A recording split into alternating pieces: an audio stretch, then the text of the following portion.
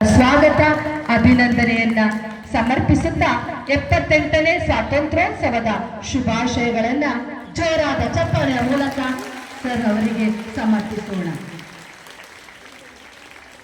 ಇನ್ನು ಜೋರಾದ ಚಪ್ಪಾಳೆ ಸಾಕಾಗ್ತಾ ಇಲ್ಲ.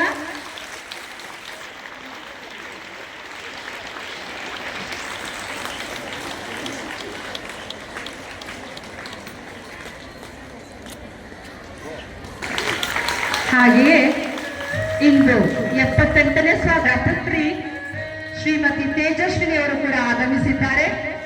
ಅವರಿಗೂ ಕೂಡ ಜೋರಾದ ಚಪ್ಪಾಳೆಯ ಮೂಲಕ ಸ್ವಾಗತವನ್ನ ಅರ್ಪಿಸೋಣ.